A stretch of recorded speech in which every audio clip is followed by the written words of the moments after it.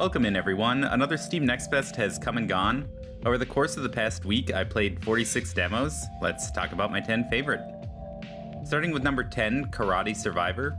I used to be a really big fan of the Survivors genre, but have cooled on it a ton this year. But I decided to give this one a shot since it looked like it had a fun vibe. And I'm glad I did because this one brings something a little fresh to the genre. For starters, it's an actual fun setting. It takes on the flavor of an 80s martial arts movie, and unlike the majority of games in the genre, the space you occupy while surviving is interesting. You get a few objectives that are specific to the space, and you interact with the environment by either destroying it or chucking things at enemies. You can also pick things up and use them as weapons for a bit before returning to your standard attacks. And even the standard attacks are a bit different. Rather than several independent attacks on several cooldown timers, your attack pattern is a sequence that activates from left to right. Every time you unlock a new attack, you slot it in your routine to create a martial arts combo. Slot two similar attacks together and they synergize. Then, as is typical in this genre, in between runs you get to unlock new stuff to feed the feeling of progress. That's enough to make me interested in playing more. This one was fun. Moving on to number 9, Fast Food Simulator. This game is exactly what it sounds like. Order ingredients, flip burgers, assemble burgers, serve customers, clean the store. Like you'd expect from a competent simulator game, they've hit a perfect balance between realism and simplicity. Playing through it solo, it was an exercise in pre-prepping food to last the rush of customers, and it was fun that way. But what I really look forward to doing in the final game is playing it with other people, and actually giving people roles and setting up a system where you can run an actual business and meet the demands of customers as they come in. This leads to the whole question about why you would want to do things in a game that you wouldn't want to do in real life, but whatever. You know, I worked as a cook at a fast food chicken place right out of high school, and I actually thought it was kind of fun. Moving on, number 8, The Access Unseen. The Access Unseen is a terrifying game without being a horror game. The goal, from what I could tell in the demo, is exploration and progression. Travel through this huge world with so many bones everywhere, and build up your character's power set and find portals that will allow you to fast travel to places after you die. While you travel, you have a bow and arrow and a knife. The catch? You only have a couple arrows, though you can retrieve them, and every single encounter with an enemy is potentially fatal. As you travel, you have a noise meter on your bow that you can watch.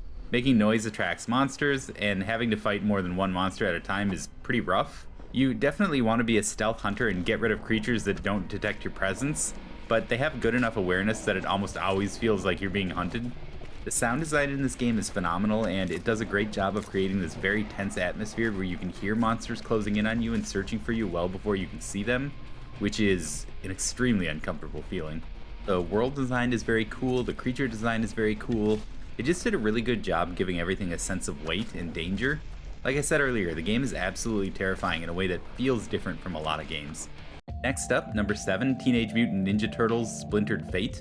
This one is fairly simple. It's a fairly cookie-cutter formula for a roguelike game with elements of the Survivor genre.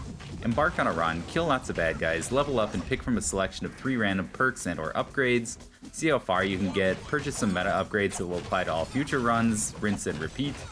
So what's the pitch here? It's the Teenage Mutant Ninja Turtles. That's pretty much it, but that's what got me. With TMNT comes the 4 classes or turtles to start with. Each one has different starting bonuses and fighting styles, and you also get a pretty fun catalog of bosses to fight. The gameplay here is simple but polished.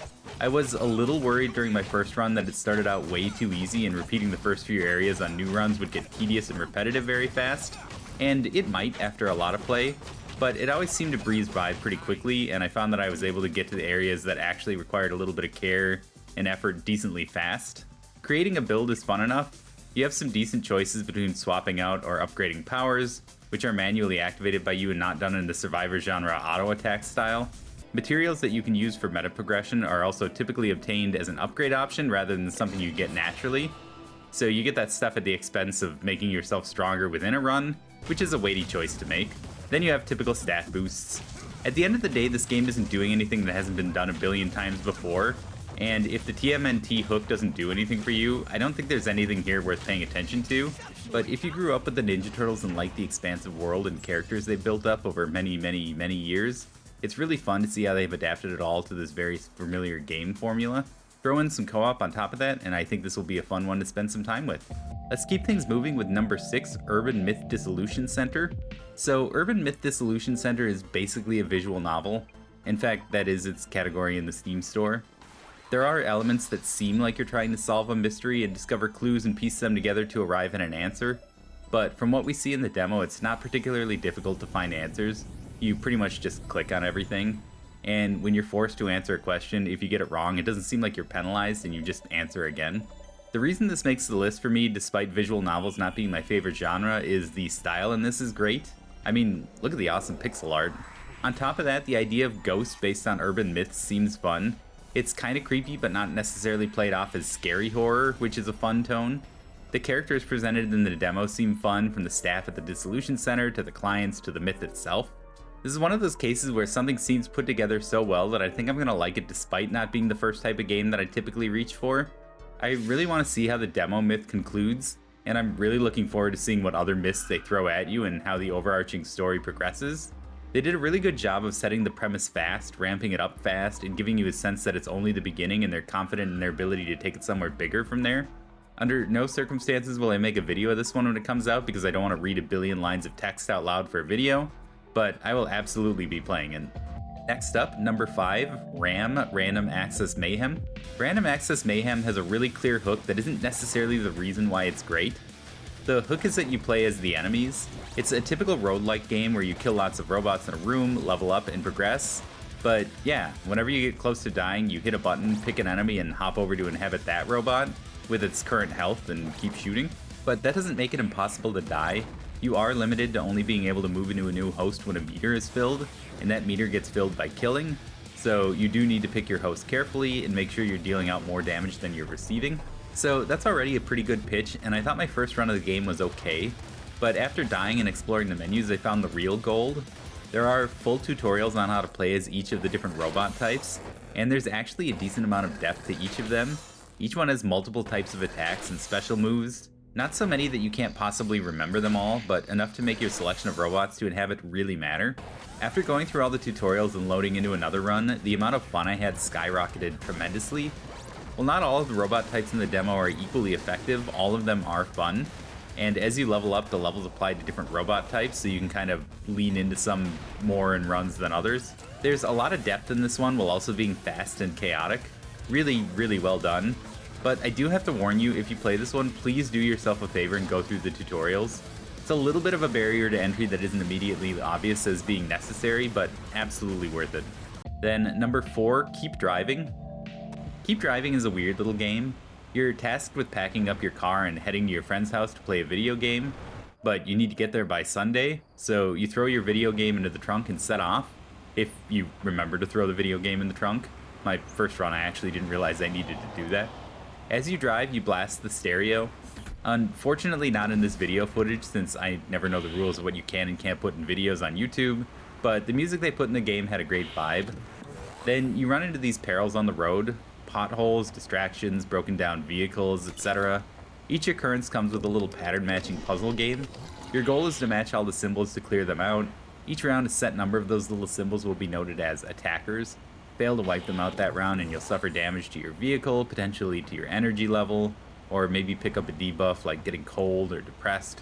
Clear all the symbols away and you pass the event. Then in between events, you level up and gain more moves to use in the symbol puzzles, find items to stash in your trunk, being aware of limited space, stop for gas and food, pick up hitchhikers, and anything else you'd find on the road. The gameplay mechanics here and systems are fine. If you stripped away all of the theme and presentation, it'd still definitely be a game. Not sure how long one would want to spend with it though, but with the entire road trip theme and the way everything looks and sounds and ties into one another, the gameplay mechanics are elevated so much. This is a game I can see me dumping hours and hours into, just kinda zoning out. There are stakes and things to think about, but it also feels laid back and relaxing, a bit like the open road does. They did a really good job with this one and I can't wait to play the full game. Number 3, Is This Game Trying to Kill Me? So I said I looked at 46 demos during Next Fest, and this was actually the 46th one. I threw some last minute demos into the mix right at the end after I'd previously told myself that I was done, and I'm glad I did. This game is really clever. You're locked in a room with a video game, and you will die if you can't beat the game. Simple enough, game on. Solve little puzzles in the game, but then plot twist, you use the room to help manipulate the video game a little bit. So that's kinda neat. Things you do in the room can affect the game. As they teach you that, you do a few little things that are okay. Pick up floor tiles and place them into a picture frame in the room to create a path in the game. Press some buttons in the game to move a platform, but wait, there's no up button in the game. Aha, it's in the room itself. But my favorite moment was based on this little eyeball camera thing. Place the eyeball onto a pillar in the game that shows you a perspective on a picture in the room. Use this to figure out how to match some symbols and boom, move to the next screen in the game. There you meet a skeleton that asks you to guess where a specific card is in his hand. Impossible at first, but then you notice that he has the same types of pillars behind him that you used in the previous screen in the game. So you go back and grab the eyeball camera you thought had fulfilled its purpose and plunk it into the wall behind the skeleton. Now you can look at the wall in the room to see his hand.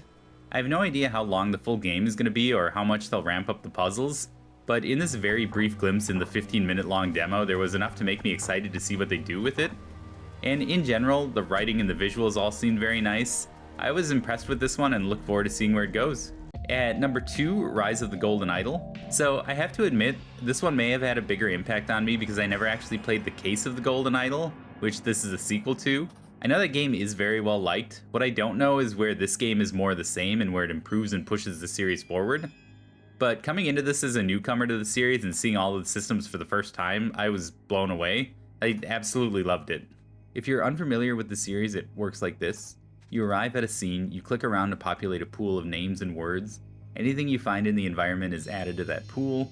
Find a driver's license with a name on it, add it to the list. Find a crumpled up piece of paper signed by George, add it to the pool. Then you're tasked with identifying the names of everyone in the scene as well as doing a fill-in-the-blank description of what happened. And you figure this all out by simply observing the scene and sometimes making logical connections and assumptions. Things start out pretty easy in the demo as it guides you into the mechanics in a very show-don't-tell tutorial style. But even in the course of the demo, it ramps up to the point where you're looking into multiple rooms in a single scene, calling back to characters and events from previous scenes, and putting together a pretty tangled conspiracy. Maybe this is evident by some of the other choices in this list, but I think I've been in the mood for slower-paced puzzly games as of late, and this seemed like a phenomenal one. Doesn't seem like something that's going to hold your hand, and the visuals and stories seemed truly intriguing. Very excited about this one. And now we reach number 1, Void Souls. On paper, this is stupid. It's a top-down Souls-like game where you basically play as the little ship from Asteroids, but in execution, this is so good. The gameplay is super tight, the way they use very simple geometric shapes to represent different types of enemies works perfectly. The visuals, despite being simple, still have this sense of smooth polish, particularly in the lighting. Somehow, despite not drawing specific details, they capture the environment of a prison, which is the first level. Every choice they made in this was good, and it's just very simply extremely fun to play. Everything feels exceedingly fair. It's hard, but I felt like the level progression was good. I absolutely love the visuals. The colors, the lighting, and how clean everything was just totally worked for me. I did not beat what I'm assuming is the final boss of the demo, but I got far enough to where I think I could do it. I'm a little apprehensive about this one because I've never actually beaten a Souls-like game in my life, but maybe this will be the one. I found myself thinking about it constantly since my time at the demo. I want to beat that Warden, and I want to see where the game goes. And that wraps up another Steam Next Fest. What did you try? What were your favorites? Feel free to share them in the comments. If anything I talked about today seems like something you'd enjoy, please consider wishlisting it on Steam. Wishlisting games is free and doesn't obligate you to buy them, but it just lets the devs know that you're interested in what they're making, which is very helpful while they're making them. If you like what I'm doing, please like and subscribe. Also free, also doesn't obligate you to do anything, it just helps me out. Until next time, have a good one.